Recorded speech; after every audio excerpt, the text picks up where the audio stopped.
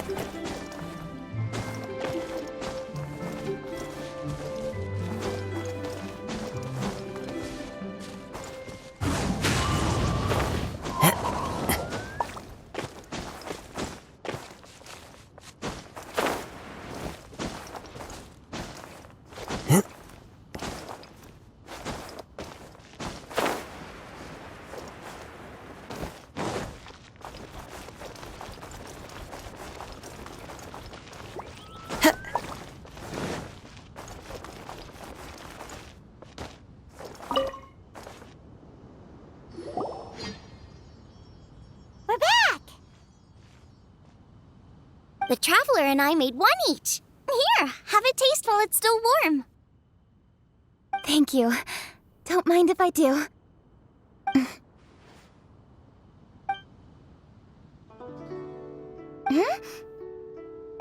What is it? What does that face mean? This flavor... I've tasted it before. Apologies. Xiangling, Traveler, thank you both. This is everything I had hoped quite amazingly. Somehow it took me right back to my childhood, when my grandfather was still around. Really? That's awesome!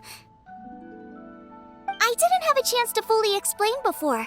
In fact, when Master had filled in the missing parts of the recipe for me, I realized that I already knew how to make this dish. You already knew? You mean you were able to make this without ever seeing the recipe? Uh-huh. My dad taught me how to make it. Wait, but isn't this dish from Kuching's grandpa's notes, though? About that. I do not believe that this recipe was my grandfather's creation. My grandfather was a well-known real estate tycoon in Liyue, and also a scholar. He was an avid collector of old books and was quite knowledgeable on many of Liyue's customs and traditions that are no longer practiced. As a child, I used to spend a lot of time with him in his study. We'd read the classics together, then debate how much of it was actually genuine, and whether Rex Lapis was real or not. He used to say, books are just a bridge that bring us a little closer to history. It's up to those of us in later generations to ask these questions, search for the answers, and decide what they mean. Since then, my grandfather has passed on, and I've grown up to become a Qixing. My views on Rex Lapis have changed in this time too, from myth to reality. For me, the name Rex Lapis is inextricably wound up with memories of my grandfather. Whenever I see his name written down, it always reminds me of sitting in my grandfather's study, seeing all of his notes. As I said earlier, this recipe came from those same notes. It's an ancient dish that he was trying to restore to its original form. But, unfortunately, without the full recipe, he never quite succeeded. Still, each time he tried cooking it, he'd always get me to have a taste while it was still warm. The memories. This really is the taste of my childhood. Ancient dish? Are cornbread buns really that old? Well, at least in my family it is. My dad learned how to make it from his dad, and supposedly it's been passed down that way for generations. We call them chili mince cornbread buns. They're a traditional folk food snack, easy to pack up.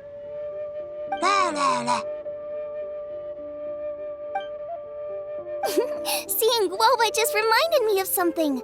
I actually made this dish on the day I first met Guava. How did you first meet? It was in a cave in the mountains. I ducked inside to get out of the rain and saw an offering table in there, so I put the cornbread buns I brought with me on it. Then I ended up falling asleep, and when I woke up, I found out that Guoba had eaten every last one. Guoba followed me around ever since. We're practically family now. Hold up! Stop the conversation! Look! The stone!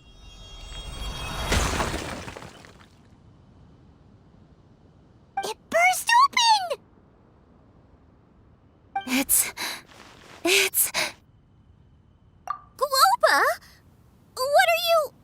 What? Ah, I see the chili mince cornbread buns have been served. Master! Granny, look! The stove god statue looks just like Guoba! Oh, indeed it does. After all, Guoba is the deity you've been searching for. God of the stove. Guoba is a god? You asked me if a sufficiently festive atmosphere would be enough to reawaken the stove god. And my answer is this. Yes. And no. The stove god has always been a deity with great affection for the people, and who acts in response to their desires. To him, the heart's passions and the heart's desires are not the same thing. Passion can be a technique, a skill, something derived from experience. But desires, they are deeper, more innate. They are the heart's strength in its purest form. Masterful chefs is wonderfully exciting, but it is more an exercise of passion than of desire, and passion alone will not suffice to reawaken the stove god from his deep slumber. But just now, when Kuching ate this dish she had longed for, a deeply held desire was fulfilled. As well as receiving an answer to her question, she also gained something much more precious. A moment felt like she was right there alongside her grandfather. The enormous power unleashed by the fulfillment of this desire resonated with the stove god's statue, and caused it to manifest once more the form it took in the past. Of course, the stove god himself is not contained within the statue. The true stove god has been here with us all along. How does it feel, seeing a statue of yourself from your glory days? Look at him. Still so majestic. Glory days? Wait, what happened? Did Guoba used to be different from now?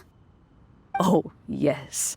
Back in his day, your Guoba was once the patron god of the soil.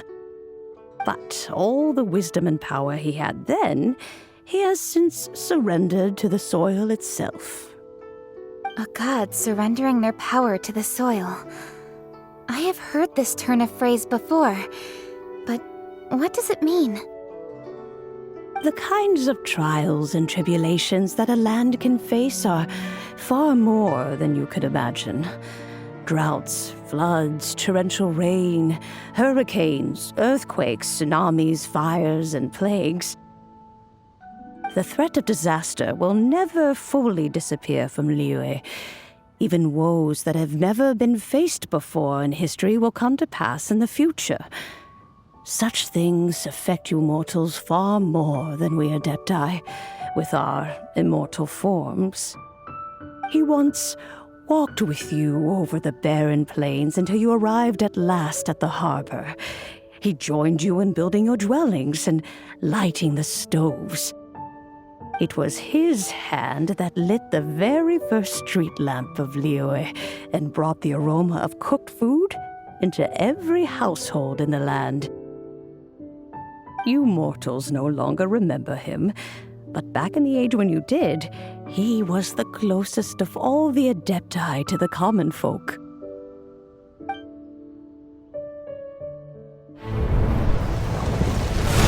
Moonchase, god of the stove, born from a spark when stone struck stone. He was a god with a great love for humanity and their well-being. And their city, they built a dwelling on the plains and called it the Gweli Assembly. The stove god cared greatly for the people, turning himself into minions who went into every home, fostering food and solidarity alike. Alas, their home was taken by a flood. The waters ravaged the Gweli Assembly and forced the people back south to Liyue Harbor. Though the distance was not far, the journey was plagued by a terrible storm. For a dozen days, the Adepti stayed by their side. During this time, the stove god cooked an ancient delicacy, flatbread with a meat sauce to stave off the cold and damp, fit for those on the move. Centuries later, disaster and plague arose once more. The stove god would appear no longer, for he placed all of his power into the land itself to quell the calamities. His power expended, and his wits greatly reduced. Thus his body decreased in size. By the time he parted ways with us, he wasn't even the height of a human. He told Rex Lapis and I of the dishes that bring joy and of the secrets of the flame, then went into the mountains and entered into a long slumber.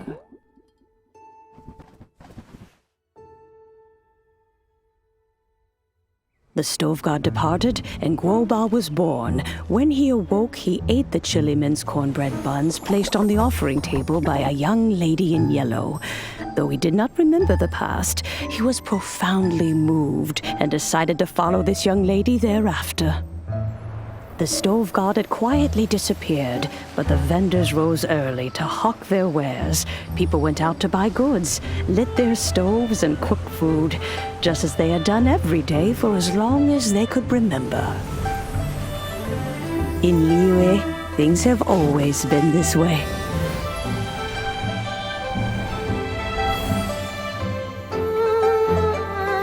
Nature provides, the mountains rejoice. We are blessed by heaven's good grace.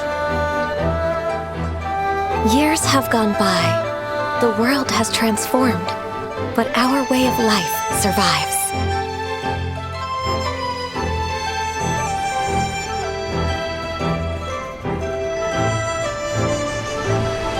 Fame and fortune is only a season. It is the moment that we should embrace.